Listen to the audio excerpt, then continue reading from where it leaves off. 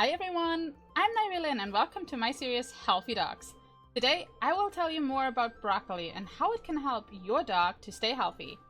Broccoli, also known as a superfood for dogs in moderation, is rich in vitamin C and K, fiber and antioxidants supporting overall health, digestion and cell protection.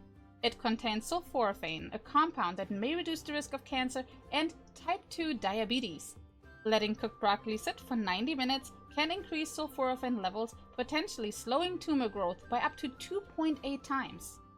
Steaming is the preferred cooking method as it aids digestion and preserves nutrients.